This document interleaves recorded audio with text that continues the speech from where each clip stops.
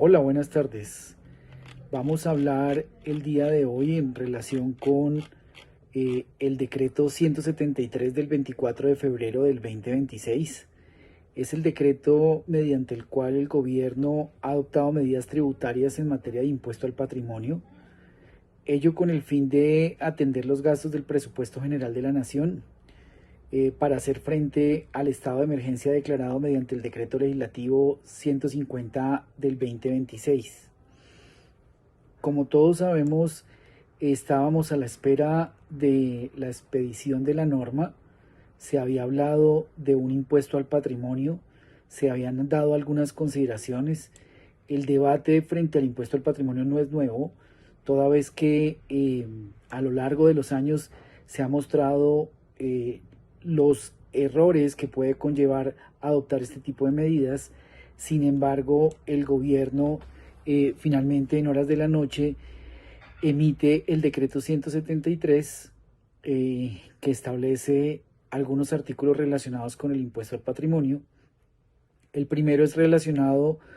con la vigencia del mismo. Quiere decir que para la vigencia del 2026 las personas jurídicas y las sociedades de hecho contribuyentes declarantes del impuesto sobre la renta y complementarios van a ser sujetos a ese impuesto al patrimonio para personas jurídicas.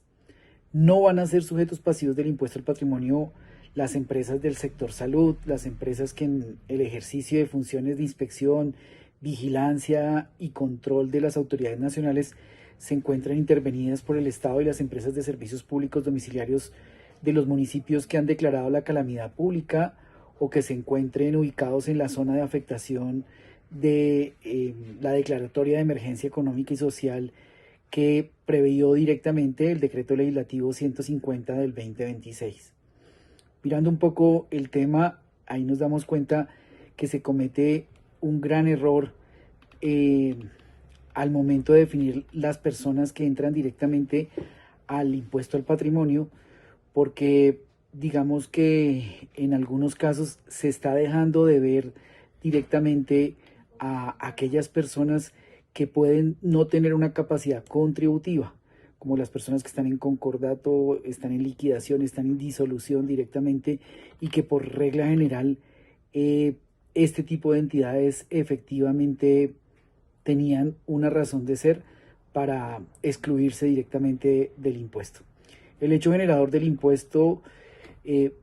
va a estar determinado por la posesión de un patrimonio al 1 de marzo del 2026, cuyo valor sea igual o superior a 200.000 VTs. Para efectos de ese gravamen, el concepto de patrimonio pues es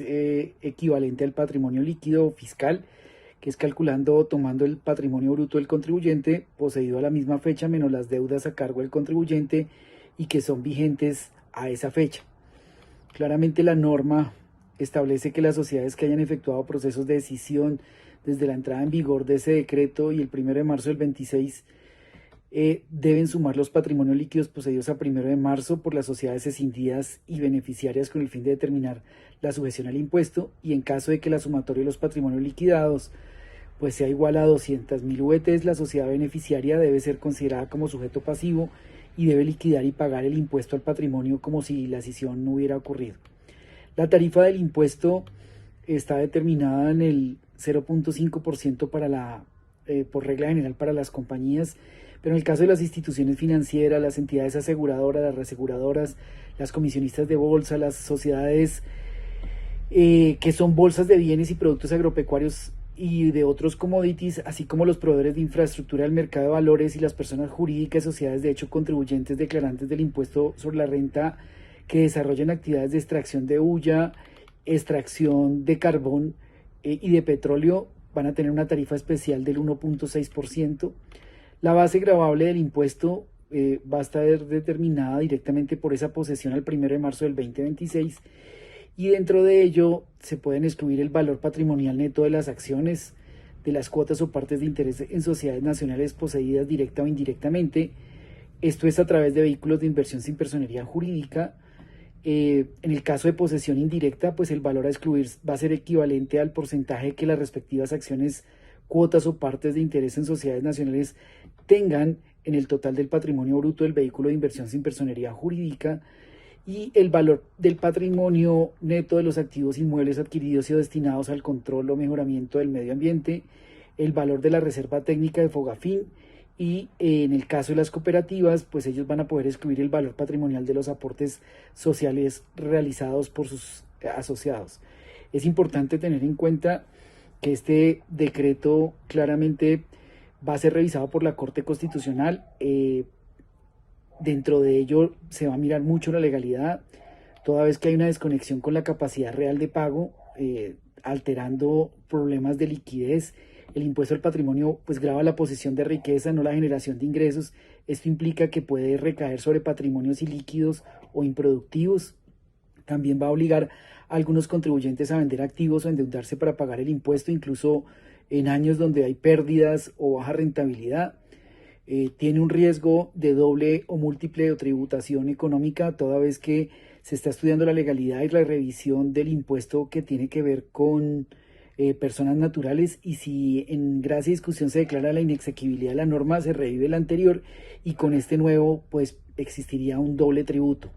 Igualmente tiene unos efectos negativos sobre la inversión, la productividad y el empleo, toda vez que con base en los estudios que ha tenido el Banco de la República y demás entidades, pues se ha encontrado que esto genera una reducción en la inversión empresarial, afecta la productividad, el acceso al crédito, el empleo y especialmente para las pequeñas y medianas empresas, toda vez que el tributo va a castigar la acumulación de capital independientemente de su rendimiento como tal, y por lo tanto desde los gremios empresariales y centros de estudios se ha señalado que el impuesto al patrimonio pues es un impuesto a la inversión al gravar la mera tenencia de activos productivos, que reduce la competitividad de Colombia frente a otros países que no graban la riqueza de forma recurrente y que incentiva la relocalización patrimonial y la planificación fiscal agresiva para mitigar el impacto que esto pueda llegar a tener en el tema. Finalmente, el impuesto exige valorar activos complejos, determinar un patrimonio líquido a una fecha específica y atender reglas especiales de valoración y exclusiones, con los costos administrativos y el soporte en caso de litigios hacia un futuro. Gracias.